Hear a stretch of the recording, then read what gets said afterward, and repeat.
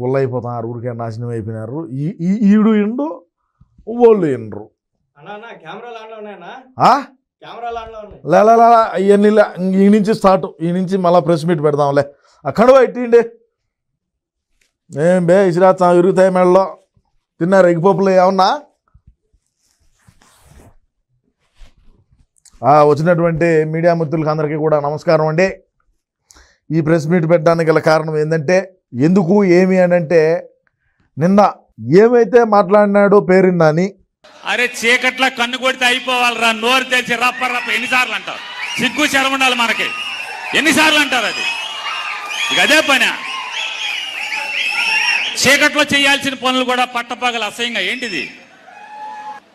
రప్ప రప్పని చీకట్లో జరిగిపోవాలి. చెప్పేవాడు ఎవడో చేయడు. కరిసే కుక్క మొరగదు, మురిగే కుక్క కరవదు. అది తెలుసుకోండి కొంచెం.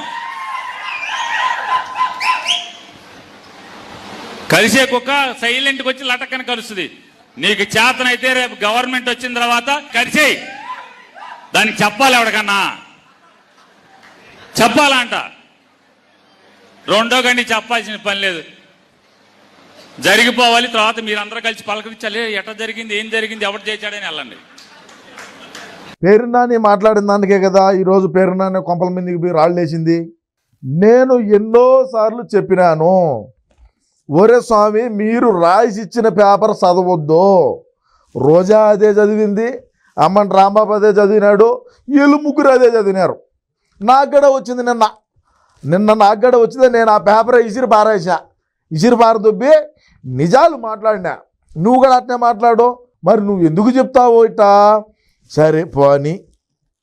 ఇంకొకటి, నువ్వు మాట్లాడినటువంటి మాటలకు ఇప్పుడు దెబ్బతినింది ఎవరు? నీ కొడుకు దెబ్బతిన్నాడు. వాడిని కిట్టుకోడిని కొట్టినారు, వాడిని బాగా నూరినారు వేసి. మాట్లాడింది పేరుని నాని బెంగళూరులో ఉన్నాడా, లేదు హైదరాబాదులో ఉన్నారా, లేదు ఇంకేడికైనా పోయినాడనే చూడండి. ఓడు పిశాల, ఓడు చిన్న పిల్లకాయ, ఓడు ఇన్స్టాగ్రామ్లో రీల్స్ చేసుకునేటువంటి ఒక యువకుడు. వాడిని తీసుకొని వచ్చి మీరు ఈ మాదిరి చేశారు అంటే, పేరుని నాని ఈడ నేను ఎట్టా గెలిచిన ఓడిపోతానని తెలిసి కిట్టుకోడి పెట్టాడు. కిట్టుకోడి ఏంది, కిట్టుకోడి కథ ఏందనేది అందరికీ తెలుసు.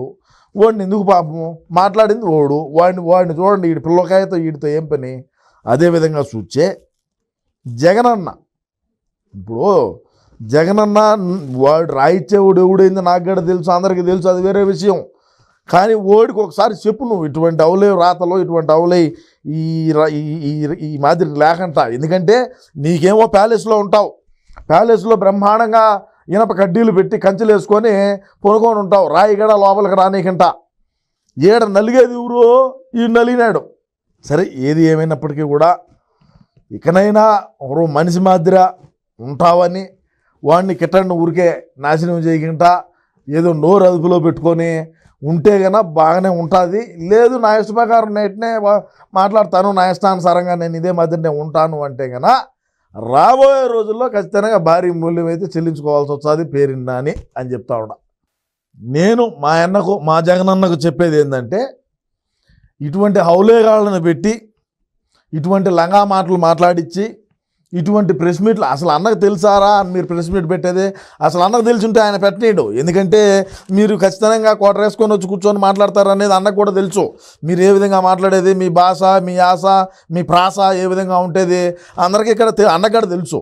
అదేవిధంగా చూస్తే ప్రస్తుతం ఉండేటువంటి 11 కూడా మీరు ఇదే మాదిరినే మాట్లాడుతూ ఉన్నారంటే ఈ 11 కూడా మింగుతాయి, అన్న నాయకి పోతాడు.